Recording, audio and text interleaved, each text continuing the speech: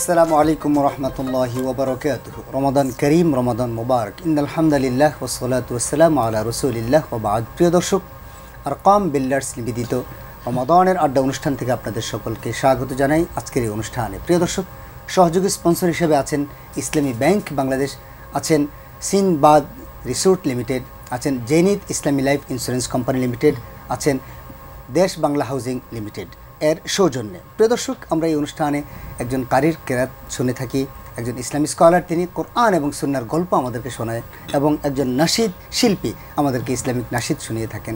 সাথে থাকেন আমাদের কলিজার টুকরা সন্তানগুলো। তাদের কাছ থেকে আমরা আমাদের এই আজকের এই অনুষ্ঠান আমরা কিছু শুনবো ইনশাআল্লাহ। চলুন আমরা আজকে আমাদের মেহমানদের সাথে পরিচিত হয়ে নেই।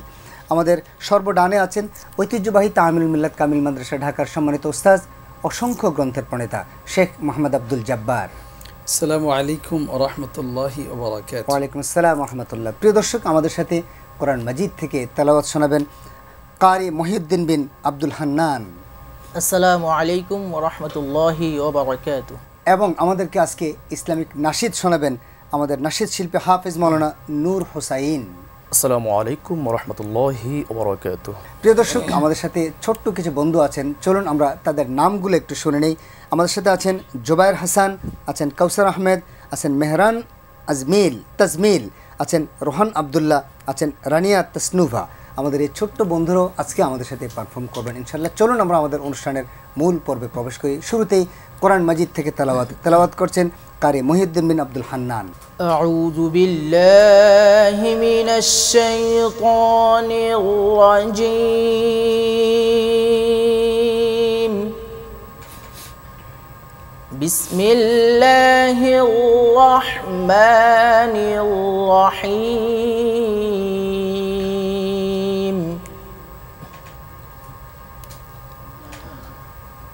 আলা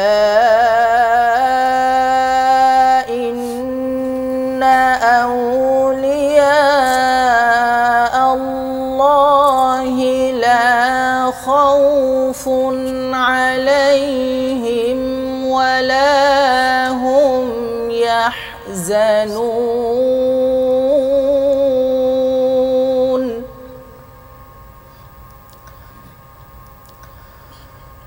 الذين آمنوا وكانوا يتقون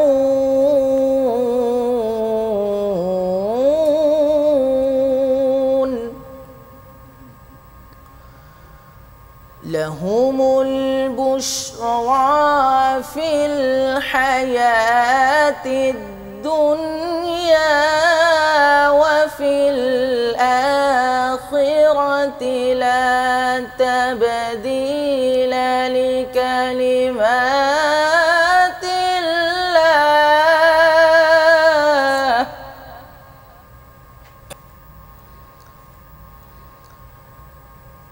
ذلك هو الفوز العظيم.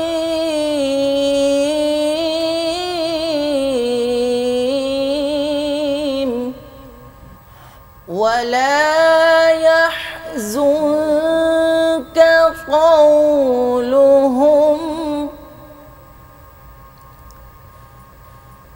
إن العزة لله جميعا هو السميع العليم.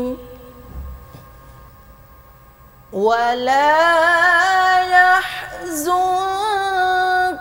قولهم إن العزة لله جميعا هو السميع العليم. إن العزة لله جميعا هو السميع العليم. সাদাকাল্লাহুল আযীম।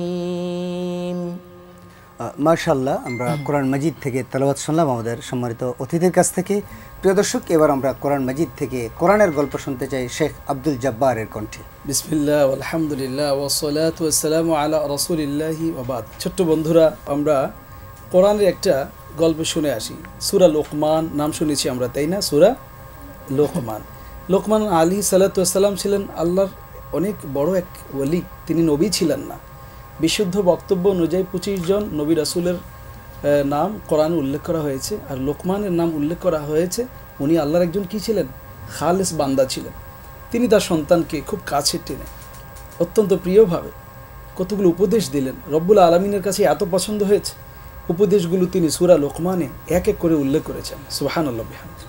কি বলছেন তিনি? ইয়া বুনাইয়া লা তুশরিক বিল্লাহ ইন্না শিরকা লা যুলমুন আযীম। বুনাইয়া বানি থেকে, যেমন লাবার খুব তাসগীর, প্রিয়, হে আমার আদরের কলিজার টুকরা প্রিয় সন্তান, লা তুশরিক বিল্লাহ, আল্লাহর সাথে শরীক করো না।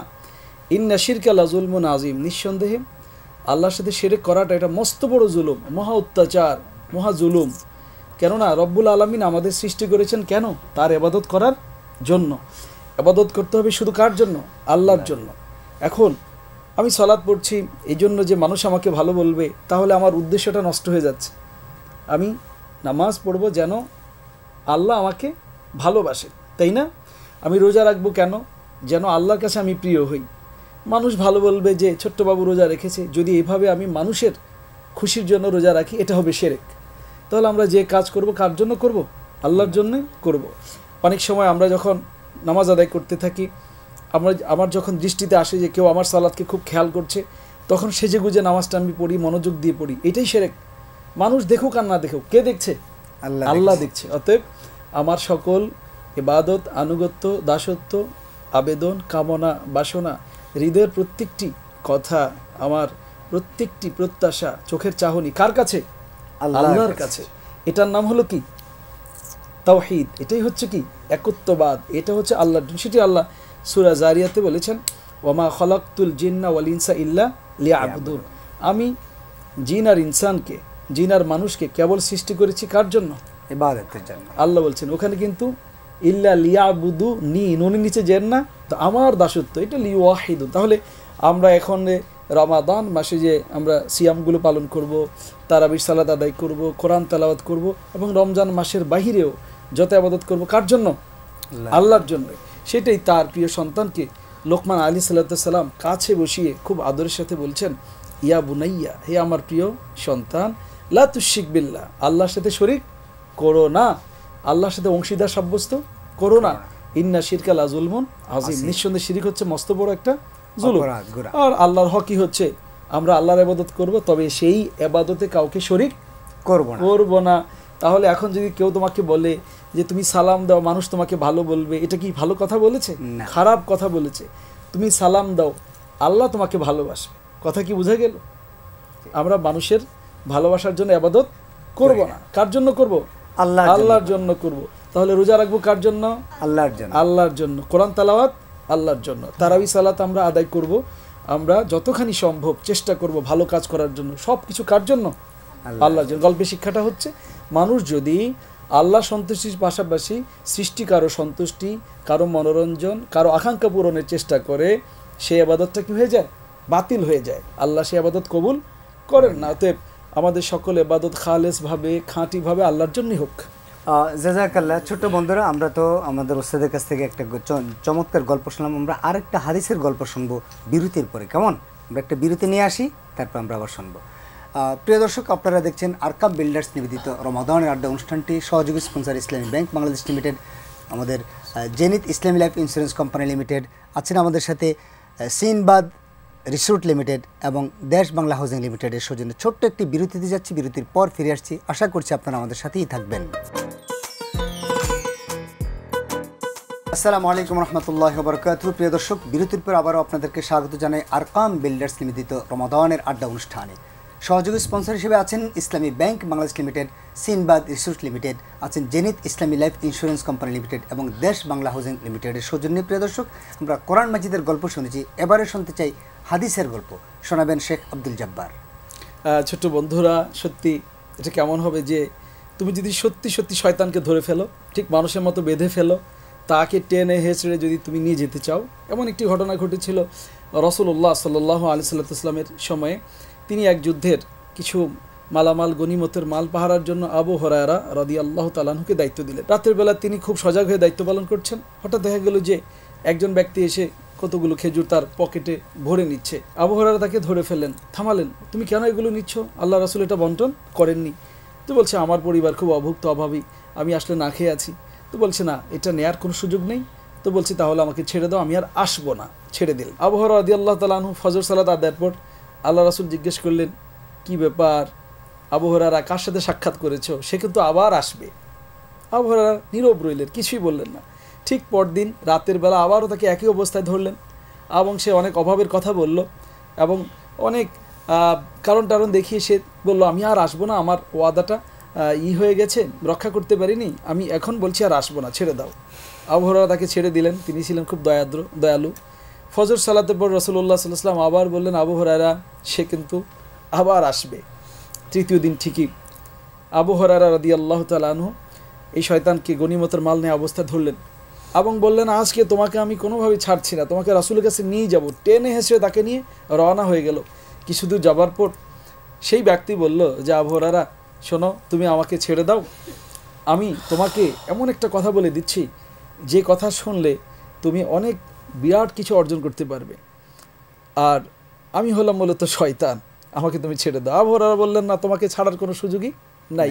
তৃতীয় দিন আবু হুরায়রা রাদিয়াল্লাহু তাআলা আনহু যখন এই পাহারার কাজে খুব মনোযোগী হলেন, এই অবস্থায় ওই ব্যক্তিকে ধরে ফেললেন। তিনি তাকে টেনে হেঁচড়ে নিয়ে চললেন, তোমাকে আজকে ছাড়বই না। কিছু দূর যাওয়ার পর সে বলল, দেখো, আমাকে তুমি ছেড়ে দাও, একটা কথা তোমাকে শিখিয়ে দিচ্ছি, যে কথা তুমি জেনে রাখলে অনেক কল্যাণ পাবে। সেটা হচ্ছে কি? সেটা হচ্ছে তুমি যদি আয়াতুল কুরসি পাঠ করো, তাহলে সেখান থেকে শয়তান দুষ্ট জিন কখনো কোনো কিছু নিতে পারবে না। তিনি এই জ্ঞানের কথা পেয়ে ওই ব্যক্তিকে ছেড়ে দিলেন, চোরকে ছেড়ে দিলেন। ফজর সালাত আদায়ের পর রাসূলুল্লাহ সাল্লাল্লাহু আলাইহি ওয়াসাল্লাম বললেন, আবু হুরায়রা তুমি কি জানো পর 3 দিন কার সাথে সাক্ষাৎ করেছো? আবু হুরায়রা নিশ্চুপ হয়ে গেলেন, ইয়া রাসূলুল্লাহ, আমি তো জানি না। রাসূল বললেন, এটা হচ্ছে শয়তান।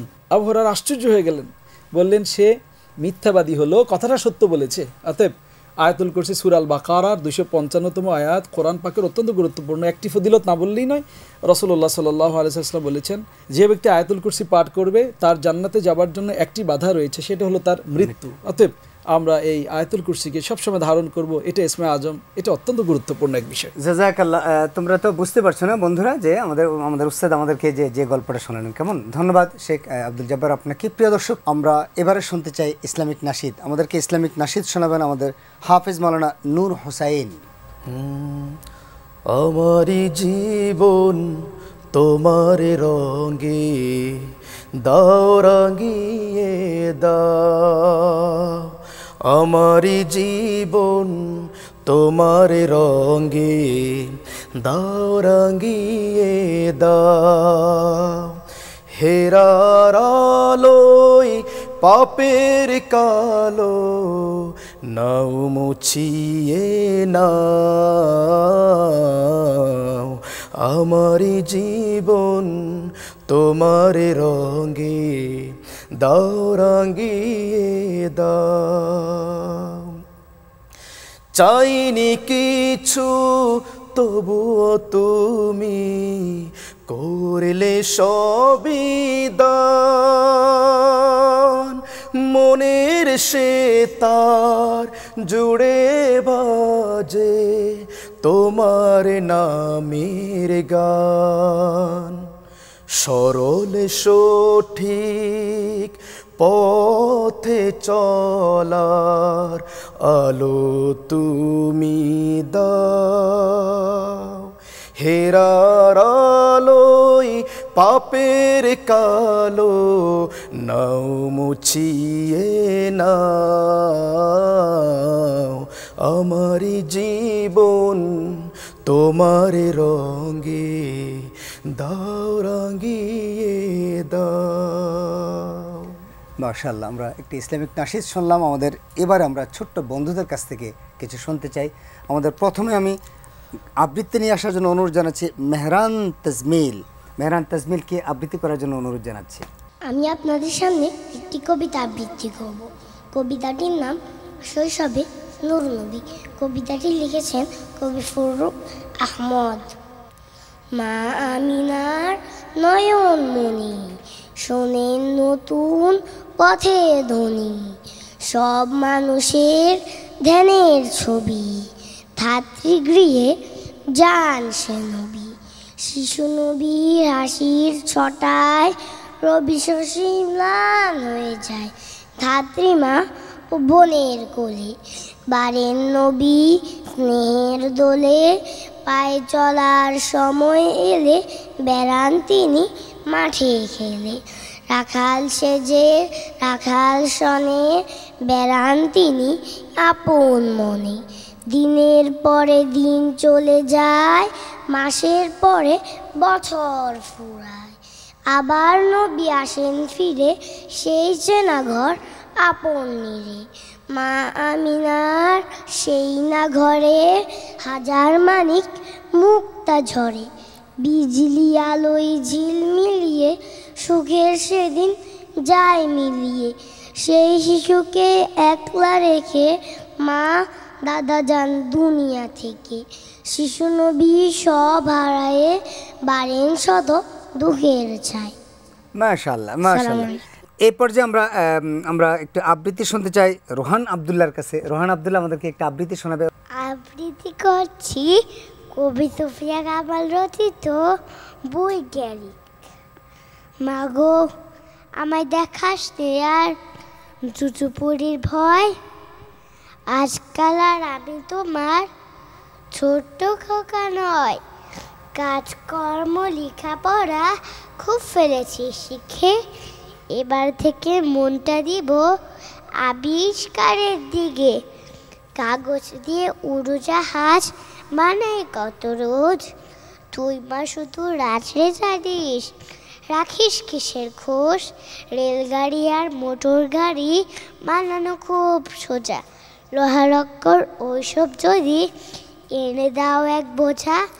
মাথা আমার মন্দ নয়, এবার দেখিস ঠিক তোর ছেলে মা হয়ে যাবে বড় বৈজ্ঞানিক। ধন্যবাদ। মাশাআল্লাহ। এবারে আমরা একটি গান শুনতে চাই রানিয়া তাসনুবার কণ্ঠে। রানিয়া তাসনু আমাদেরকে একটি ইসলামিক নাশিদ শোনাবে। বই পড়ো ভাই বই পড়ো, মজার মজার বই পড়ো। বই পড়ো ভাই বই পড়ো, মজার মজার বই পড়ো। জানার জন্য বই পড়ো, বানার জন্য বই পড়ো। বই পড়ো ভাই বই পড়ো, মজার মজার বই পড়ো। বই পড়ে ভাই জেনে নাও স্রষ্টা কারে কয়। বই পড়ে ভাই জেনে নাও নিজের পরিচয়। বই পড়ে ভাই জেনে নাও স্রষ্টা কারে কয়। বই পড়ে ভাই জেনে নাও নিজের পরিচয়। বই পড়ে ভাই মানুষ হয় মহৎ এবং বড়। বই পড়ে ভাই মানুষ হয় মহৎ এবং বড়। বই পড়ো ভাই বই পড়ো, মজার মজার বই পড়ো। বই পড়ো ভাই বই পড়ো, মজার মজার বই পড়ো। প্রভুর প্রথম বাণী ছিল পড়ো এবং পড়ো। কোরআন হাদিস শিখে সবাই নিজের জীবন গড়ো। প্রভুর প্রথম বাণী ছিল পড়ো এবং পড়ো। কোরআন হাদিস শিখে সবাই নিজের জীবন গড়ো। বই পড়ে ভাই জানা যায়। মাশাআল্লাহ, ধন্যবাদ আমাদের তাসনুবাকে, ধন্যবাদ আমাদের ছোট্ট বন্ধু সকলকে, ধন্যবাদ আমাদের আমন্ত্রিত মেহমান এবং কণ্ঠশিল্পী সকলকে। প্রিয় দর্শক, আরকাম বিল্ডার্স নিবেদিত রমাদান আড্ডা অনুষ্ঠান আজ এই পর্যন্তই। আগামীকাল একই সময় একই চ্যানেলে দেখা হবে অন্য কোনো বিষয় নিয়ে। সেই প্রত্যাশায় সকলে ভালো থাকুন, সুস্থ থাকুন। আল্লাহ আমাদের সকলকে ভালো রাখুন এই প্রত্যাশায়। আসসালামু আলাইকুম ওয়া রাহমাতুল্লাহি ওয়া বারাকাতুহু।